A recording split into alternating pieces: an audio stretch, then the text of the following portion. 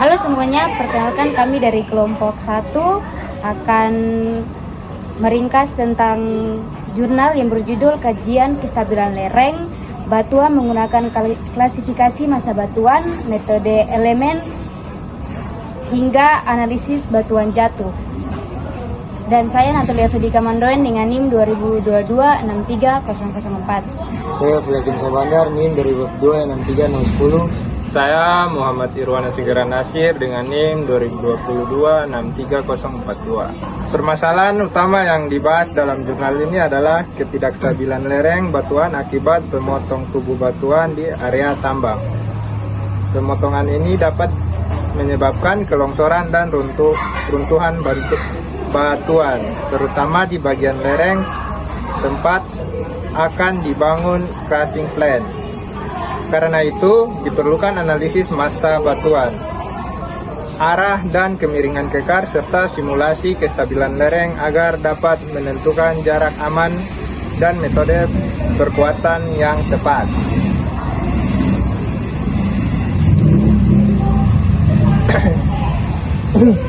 Berikut ada kondisi kekar. Peneliti melakukan pengukuran lapangan dengan metode scanline dan menemukan 231 bidang kekar pada 3 segmen lereng, yaitu segmen 1, segmen 2, dan segmen 3. Hasil pengamatan menunjukkan bahwa batuan penyusun lereng adalah andesit dengan tingkat pelapukan sedikit hingga sedang. Nilai RKD berkisar antara 71 hingga 94%. Spasi kekar antara 5 hingga 17 cm, permukaan kekar kasar, apertur atau bukan antar kekar sekitar 0,1 sampai 5 mm.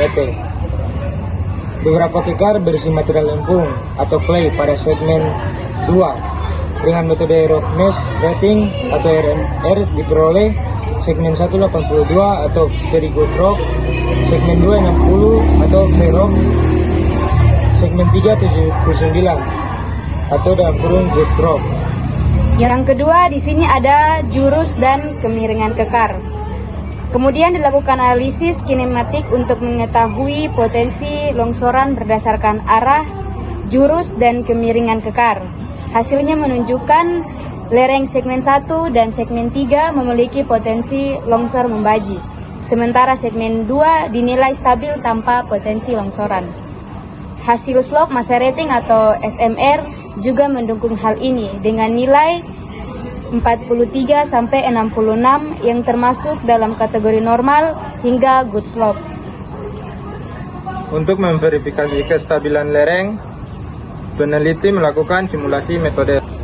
Untuk memverifikasi kestabilan lereng, peneliti melakukan simulasi metode elemen hingga finite element method. Simulasi ini menunjukkan pergeseran maksimum pada lereng hanya antara 10 sampai 34 mm. Artinya, seluruh lereng masih dalam kondisi stabil.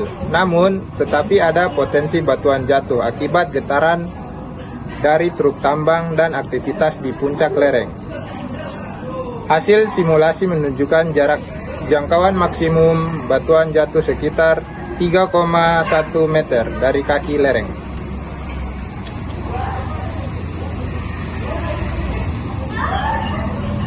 Berdasarkan hasil tersebut, peneliti memberikan beberapa rekomendasi. Membuat ditch atau parit penahan dengan lebar 4,6 meter dan kedalaman 1,2 meter. Memasang pagar kawat atau dinding penahan setinggi 3 meter. Menempatkan fasilitas seperti crushing plant minimal 6,2 meter dari kaki lereng untuk keamanan. Kesimpulannya, lereng batuan andesit di PT Widaka Indonesia masih tergolong stabil dengan kondisi massa batuan fair hingga very good rock. Meskipun demikian, diperlukan tindakan pencegahan seperti perkuatan lereng dan pagar pelindung agar risiko batuan jatuh dapat diminimalkan. Demikian penjelasan kami tentang jurnal ini. Terima kasih telah menonton, semoga bermanfaat. Kami akan membahas hasil penelitian dari jurnal berjudul Penentuan Arah Tegasan Pembentukan Kekar menggunakan diagram Lossor dengan studi kasus di Desa Patontongan, Kecamatan Mandai, Kabupaten Maros, Sulawesi Selatan. Penelitian ini dilakukan oleh tim dari Program Studi Geofisika Universitas Hasanuddin.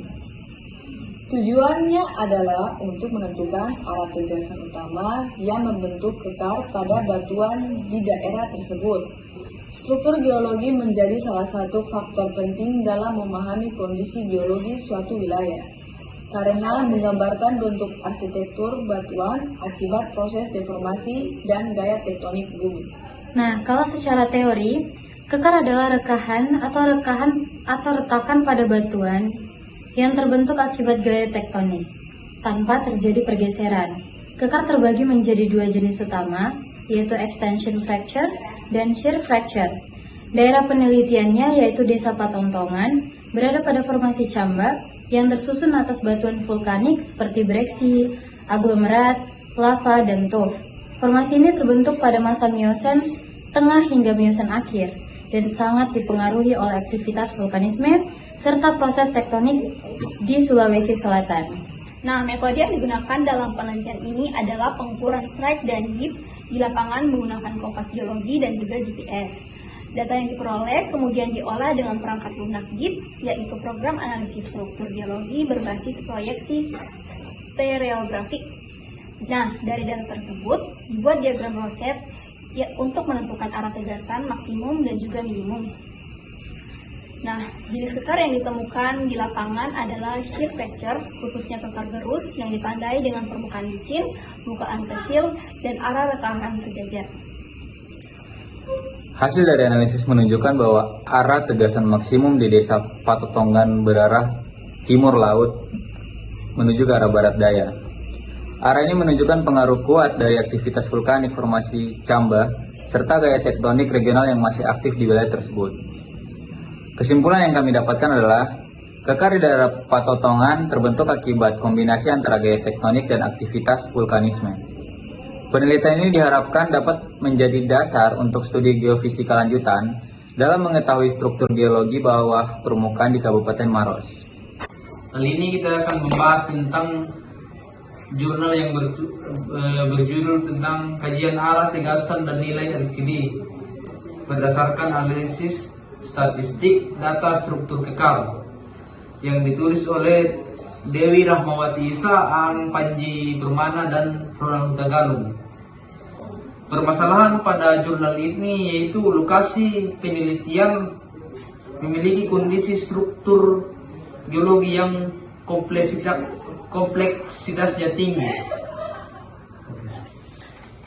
Jadi pada jurnal ini kita dapat ada beberapa data kondisi kekar, yaitu yang pertama isian, bukaan, spasi, sama panjang kekar. Untuk yang data pertama kita dapat spasinya yaitu 8 cm, dan untuk isiannya yaitu 0 atau tidak ada, dan untuk bukaannya yaitu 3 cm, dan untuk panjangnya yaitu 20 cm.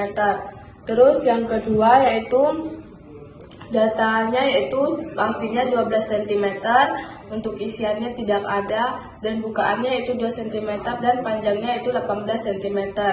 Dan untuk data ketiga dengan spasi kekarnya itu tidak ada, dan isiannya juga tidak ada. Nah, untuk bukaannya itu 1 cm dan panjangnya itu 40 cm.